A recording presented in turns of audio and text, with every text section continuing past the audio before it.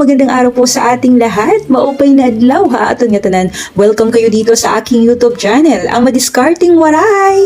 Ngayong araw na ito ay ituturo ko sa inyo kung paano nga ba tayo mag-design ng cake na kahit wala kang gamit.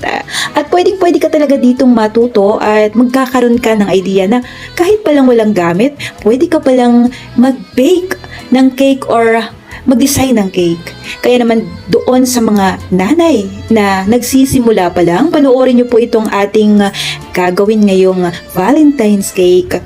Ito ay simple lang at walang kahirap-hirap. Kaya naman samahan niyo po ako at panoorin niyo kung paano ko nga ba dinidesignan ang ating cake na simple lang at tamang-tama ngayong parating na Valentine's Day. So kaya naman sisimulan na natin. Ang una nating gagawin dito ay gagamit tayo ng Everweave. Yan, 2 cups po ang gagamitin natin dito. Ito ay sakto lang sa tatlong cake na size 6. Madaming klase or brand ang ating pang-frosting ng ating cake. Kaso nga lang, itong Everwhip lang talaga ang nagustuhan ko dahil nga po hindi ganun katamis at talagang swak sa mga cake na mga niluluto ko.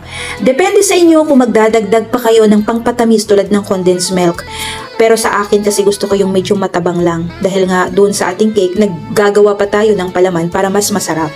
So ito na nga po, inilagay na nga natin dito sa ating stand mixer. Pero kung wala kayong stand mixer at nagsisimula pa lang kayo, pwede po ang hand mixer. Ang hand mixer makakabili na kayo ng 300 eh.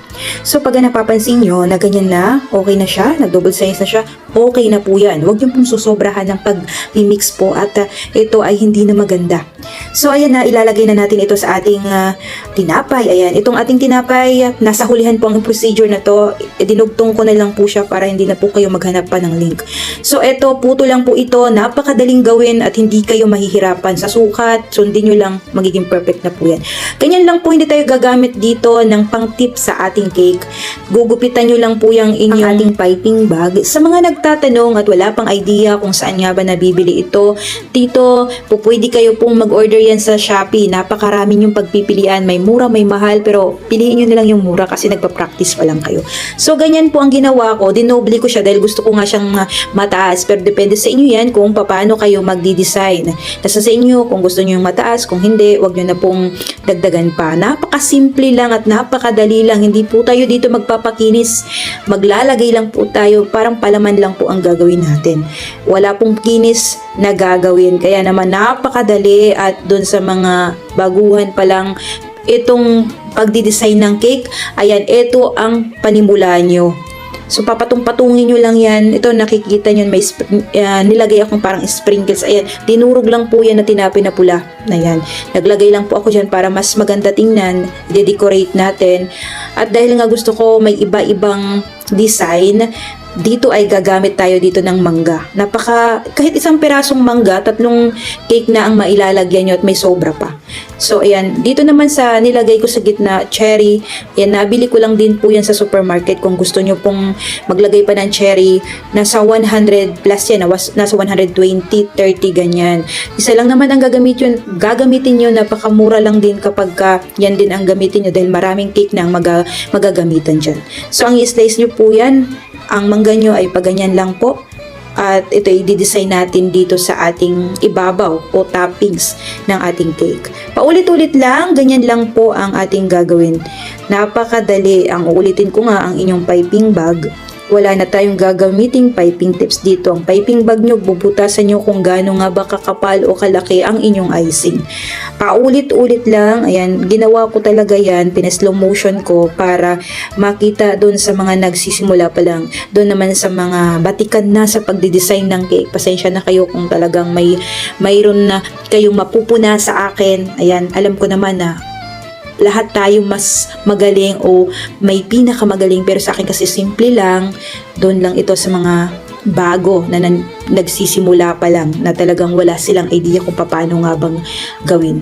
So pabalik-balik lang, paulit-ulit lang natin to. Ang sinabi ko nga sa inyo, talagang pinakapalan ko siya, pinataasan ko siya.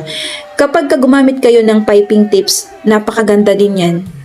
Yan. Pero sa akin kasi, yun nga, gusto kong ipakita dun sa mga baguhan na kahit wala kayong piping tips, basta may piping bag lang kayo at hand mixer lang kayo, pwede na kayong mag-design ng cake. Ulitin ko, ang hand mixer dito ay makakabili lang kayo ng 300. Yan.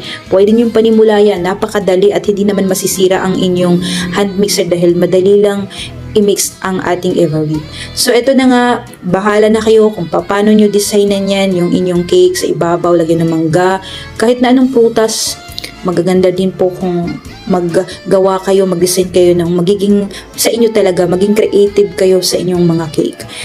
So, eto na nga, natapos na natin designan o pagandahin ang ating cake. Nasa sa inyo na yan kung paano nga ba kayo maging creative sa inyong cake. Pwede nyo na po yan ilagay sa box. Ayan, sa mga box na nagtatanong kung saan nabibili. Ayan, sa Shopee lang din po kasi nabibili. Hindi ko lang alam kung ano-anong mga pangalan o shop ang napipindot ko. Basta nag-scroll lang ako ng mas mura. So, ito na, diba? Pagka ilagay na natin yan sa box, talagang sosyali na yan. Pwede nyo po itong ipa-order ng 700 to 800. Di na kayo lugi dyan. Malaki na po ang income nyo. Parang halos kalahati na po yan.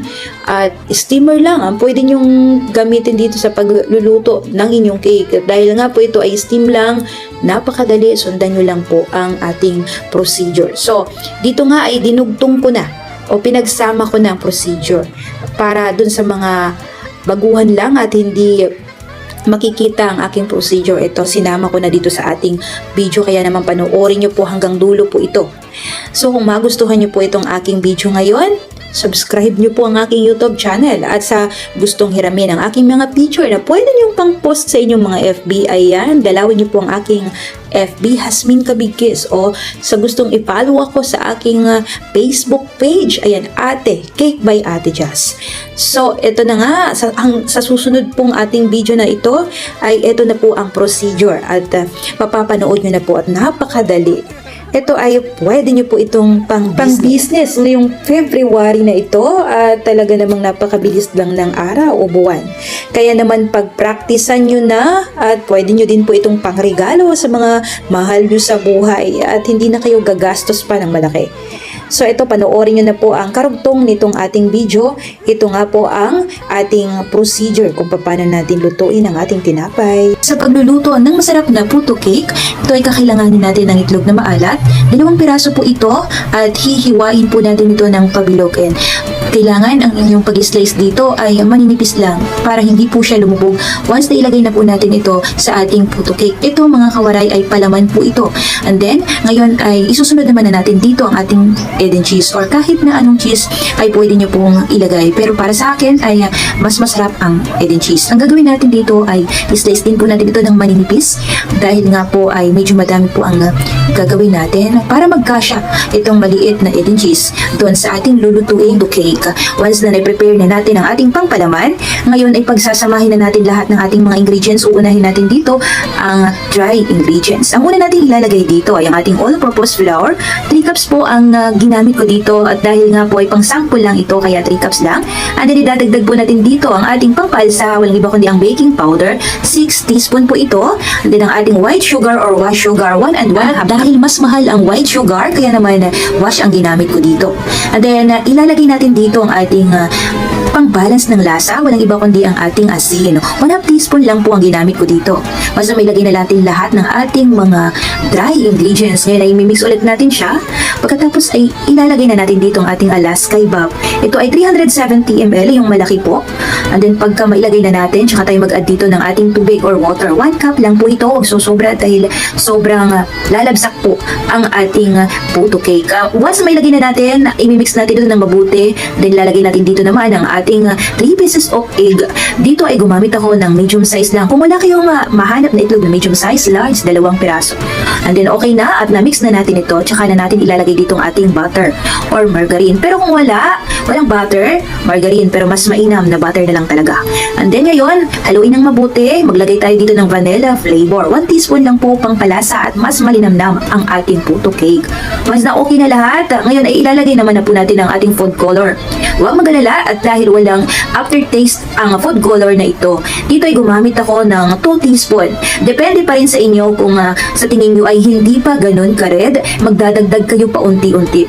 Once na okay na at na-mix na natin ito, kailangan po natin ito sinasalang mabuti. Bakit nga ba natin sinasala? At dahil iniiwasan natin na may pamumuo pa tulad ng baking powder, once na ito ay hindi natin masala, papait or ibang lasa ng ating puto cake. Kaya naman palagi natin itong sasalain sa tuwing magluluto tayo ng cake. Pagka okay na at nasala na natin, ipe-prepare naman na po natin ang ating mga baking pan. Dito ay gumamit po ako ng heart shape. Sa mga magtatanong kung saan ko nabili ito, sa Shopee po, nagpa-order lang po ako, doon ko siya nabili. And then para hindi tumikit, kapag maluto na ang ating cake, nagpunas po ako ng butter and then naglagay po ako ng all-purpose flour. Yan po ang aking technique or ginagawa ko tuwing wala po akong parchment paper. So dahil nga nagtitipid tayo, yan lang po ang diskarte natin. Ayan na nga po, naglagay po ako dito ng ating palaman. Walang iba kundi ang ating salted egg and then ang ating egg and cheese. Mas na ilagay na natin, maglagay ulit tayo ng butter.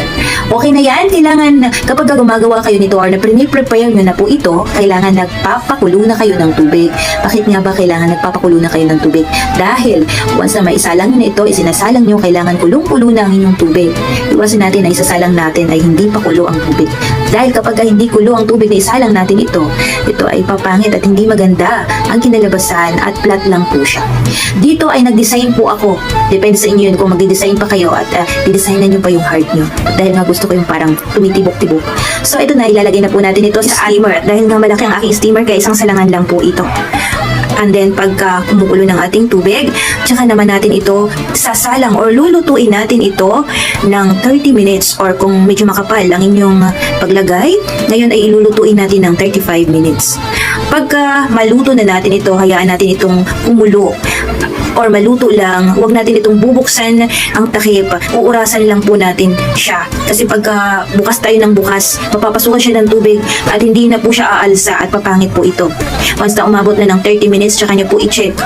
Kumuha kayo ng toothpick, tingnan nyo po kung may basa pa ba. Once na may basa pa, ibig sabihin ay ito ay hilaw pa. Kapag niluluto nyo ito, mahinang apoy lang at dahil hindi po pwedeng mabigla ang pagluto nito. Pagka mabigla natin ang pagluto nito, ito'y bibiyak at hindi magiging heart shape ang kinalabasan kundi putok-putok. Minsan nakakabasa po ako ng comment, nagtatanong kung bakit nga ba ang kanyang puto ay pumuputok at napakapangit ng kinalabasan. Depende po yun sa apoy yan na ginagamit nyo. Tulad ng kapag kakahoy, hindi nyo po makukontrol ang inyong apoy.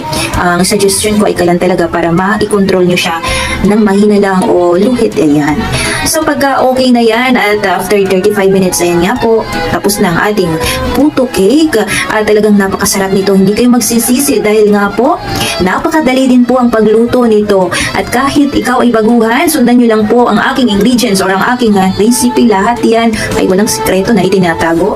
Yang inyong bago pa lang or first time ka pa lang na nagluluto, ikaw ay mapiperfect na. Promise ko yan sa iyo.